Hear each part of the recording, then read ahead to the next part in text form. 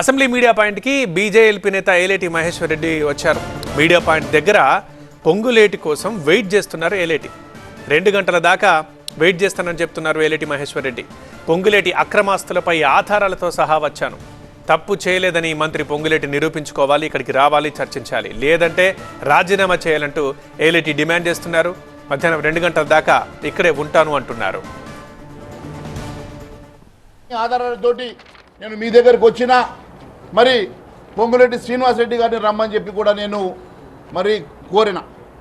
ఈరోజు నేను నాతో పాటు శాసన మండలి ఫ్లోర్ లీడర్ అయినటువంటి ఏవిఎన్ రెడ్డి గారు, అదే మాదిరిగా శాసన సభ్యులు రామారావు పటేల్ గారు, శాసన మండలి సభ్యులు కొమరయ్య గారు, మేమందరం వచ్చి ఆధారాలతో వచ్చి ఇక్కడ కూర్చున్నాం.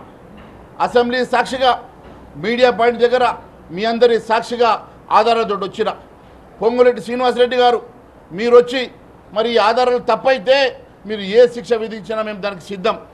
లేని పక్షంలో మీరు ఖచ్చితంగా తప్పిదాన్ని ఒప్పుకోవాల్సిందే, నువ్వు రాజీనామా చేయాల్సిందే అని చెప్పి కోరుతా ఉన్నాను. నీ ఆస్తుల చిట్టా, నువ్వు చేసినటువంటి అవినీతి చిట్టా, నువ్వు చేసినటువంటి భూ బదలాయింపుల చిట్టా మా వద్ద ఉన్నది. భారతీయ జనతా పార్టీ ఎట్టి పరిస్థితుల్లో పేద ప్రజలకు అన్యాయం జరిగితే ఊరుకునే సమస్య లేదు. 22A మీద కోమటిరెడ్డి వెంకటరెడ్డి వర్షన్ మరోలా ఉందంటున్నారు ఏలేటి. దీని వెనక పెద్ద కుట్ర ఉందని కోమటిరెడ్డి చెబుతున్నారన్నారు. వీటికి సీఎం రేవంత్ సమాధానం చెప్పాలన్నారు. నిజాలు బయటపడేదాకా బీజేపీ పోరాటం ఆగదన్నారు ఏలేటి. దీని వెనుక ఒక పెద్ద కాన్స్పిరసీ ఉందట. మరి ఆ కాన్స్పిరేటర్ ఎవరు?